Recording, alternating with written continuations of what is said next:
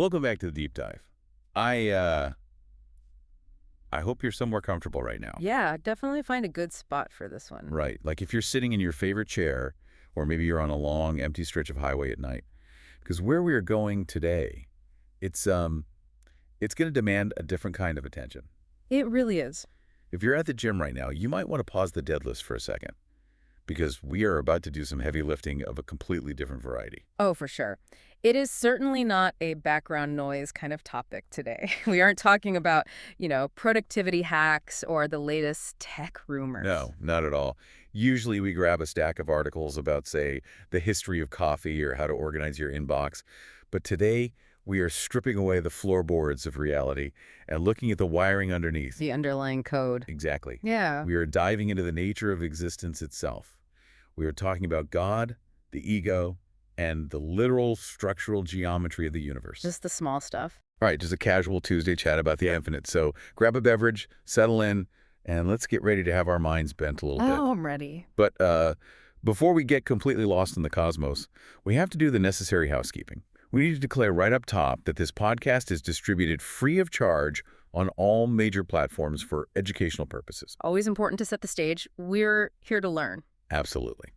Now let's orient ourselves. We are looking at a very specific and frankly mind-bending piece of literature today. Today we are looking at session 311 of the early sessions, book 7 of Seth Material, recorded on January 11th, 1967. A classic session. And this material comes to us from the publisher New Awareness Network. Which, just thinking about that date, 1967, the context is so fascinating. The summer of love is just months away. Right. The whole cultural shift. Exactly. The entire Western world is on the precipice of this massive change.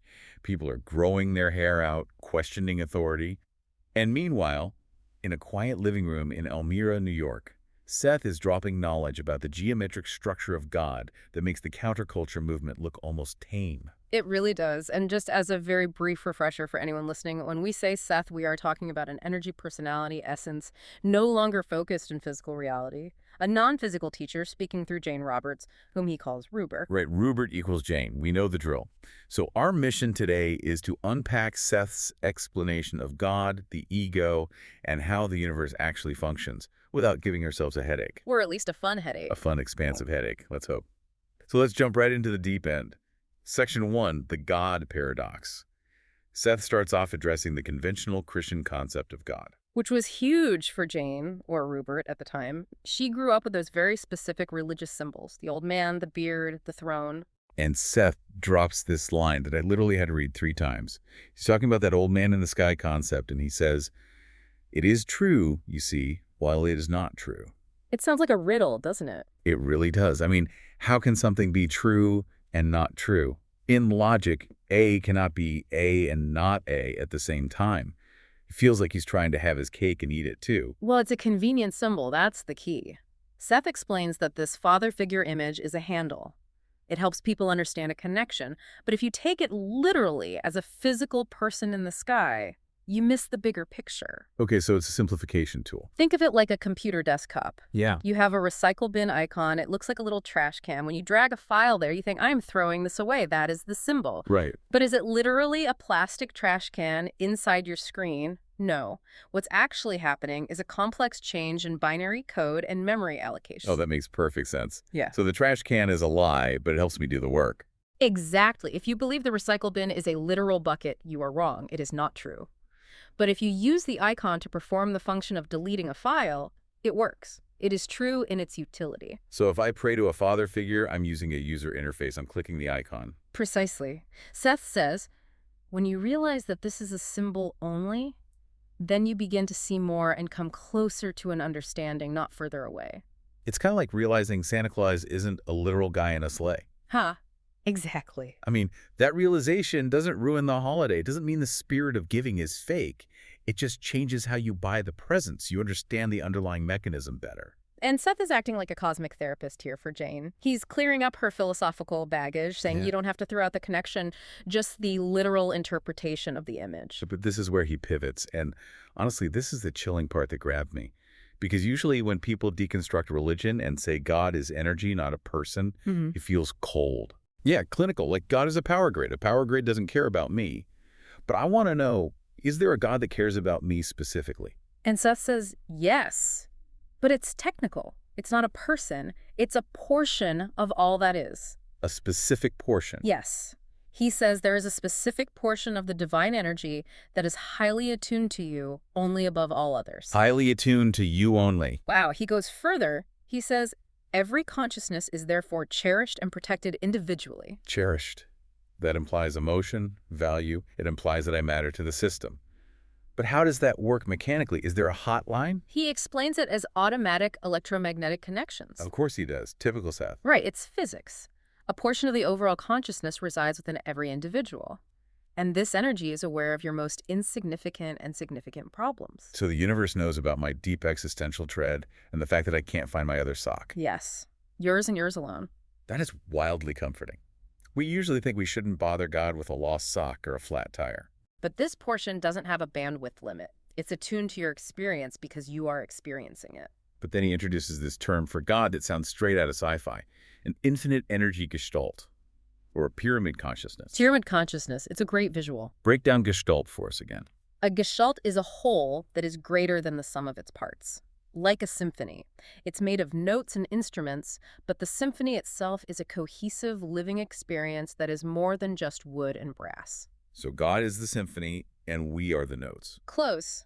But this gestalt is aware of itself as you. It knows your past and future selves. It knows the smallest seed. It broadens as it goes down into the details of us and unifies at the peak. Okay, so if it's this massive energy pyramid, what is its personality? Is it nice? Is it angry? Seth says it is both demanding and compassionate. Demanding and compassionate, like a really good sports coach. Exactly. Pushing you to grow, but understanding your struggles. But here is a crucial distinction. Seth completely dismisses the human concept of justice. Oh man, this was a huge relief to read. He says, the word justice is a human one, always implying punishment. And it has nothing to do with the God concept. Let that sink in. Nothing to do with the God concept. That is so jarring, because justice is usually religion's main selling point. The good get rewarded, the bad get punished.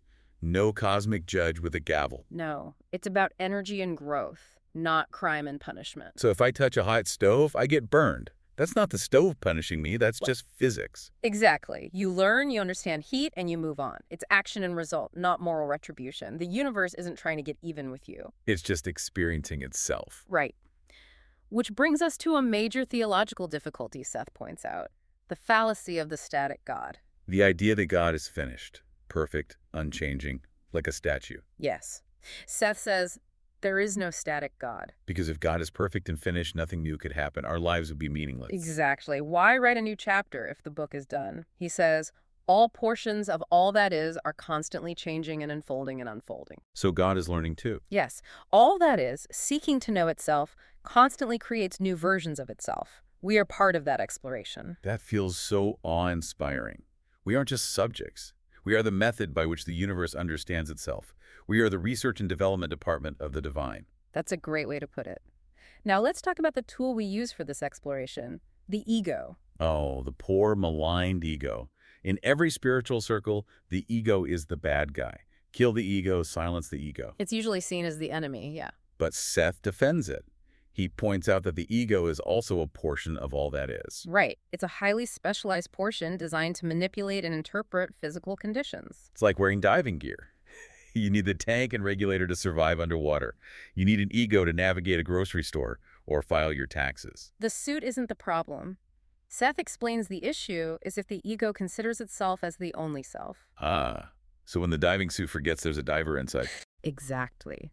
Seth says, if the ego considers itself as the only self, then you are cut off to a large degree from the vitality and energy available. It's like the store manager analogy we talked about. Walk us through that one. So you need a manager to run a retail shop. They open the doors, stock the shelves, deal with customers. But if the manager thinks they own the entire corporate chain and they stop answering the phone from headquarters, the shop fails. They burn out trying to do everything alone. Perfect analogy. Once the ego accepts it's part of a larger self, it shouldn't be shunted aside. It should take its proper place. So don't kill the manager. Educate them. Exactly. When it realizes it has backup, it can access that infinite energy and do its job better. Now, speaking of that larger self, Seth dives into this mystery of the inner self. He says it's made of many egos, past and future, but it is more than the sum of its parts. This is the deepest part of the session. He calls it the leftover, unexplainable remnant. Which means what exactly? If you add up all the creations, all the parts, there is still something left over, an original action or prime mover. This distinct animating consciousness is what we might call God, the spark that makes the math equal 3 when you add 1 and 1. Wow. And then he drops the absolute mind blower regarding our future evolution. The ultimate trajectory. He says, theoretically, you see, you will one day be a fully conscious portion of the personal God to whom you may now pray. Boom! I was stunned. We are gods in training. Yes. We will become aware of further gestalts.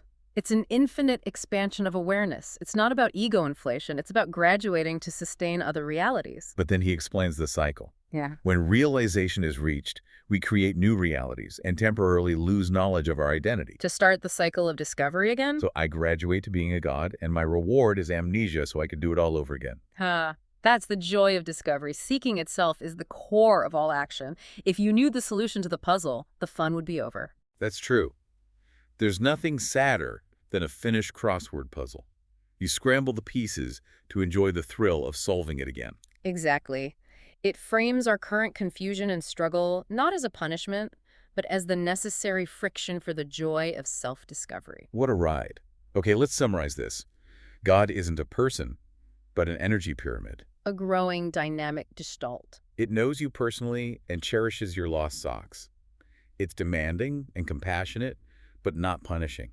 Your ego is just a confused store manager who needs to reconnect with corporate. And you are in training to be a god who will eventually give themselves amnesia for fun. Perfectly stated. Listen, this was just a tiny fraction of the wisdom in the Seth Material. We strongly encourage you to study the Seth Material books yourself. Don't just take our word for it. Absolutely. Go to the source. Visit the New Awareness Network website and bookstore at sethcenter.com/the early sessions. Buy a book, blow your own mind. It is so worth it. Highly recommended. Now, before we wrap up, I want to leave you with one final provocative thought based on what we learned today. Let's hear it. If a portion of the infinite universe is specifically attuned to your problems right now, what would happen if you actually trusted it to handle them, rather than trying to force a solution with just your ego? Hand over the problem. Yeah. Try handing over one problem today. Tell the manager to step back and let the pyramid consciousness take the wheel for a minute. See what happens. You might be surprised by the results. Thanks for joining us on this deep dive. Catch you next time. Take care, everyone.